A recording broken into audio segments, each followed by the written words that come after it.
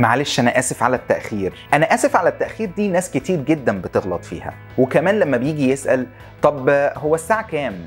أو المحاضرة هتبتدي الساعة كام؟ دول غلطتين إحنا محتاجين إن إحنا نصلحهم في How to Say That.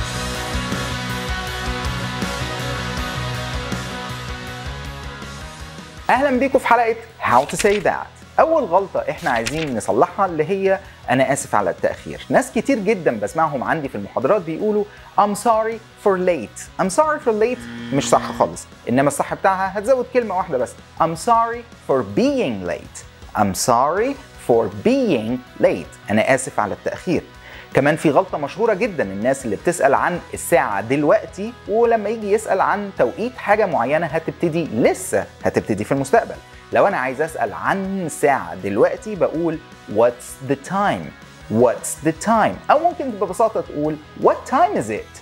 What time is it? ده لو أنت بتسأل عن التوقيت دلوقتي.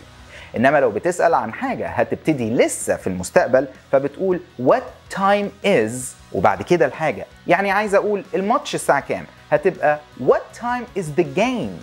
لو أنا عايز أسأل عن المحاضرة هتبقى What time is the lecture؟ What time is the lecture؟ What time is the movie؟ الفيلم الساعة كام؟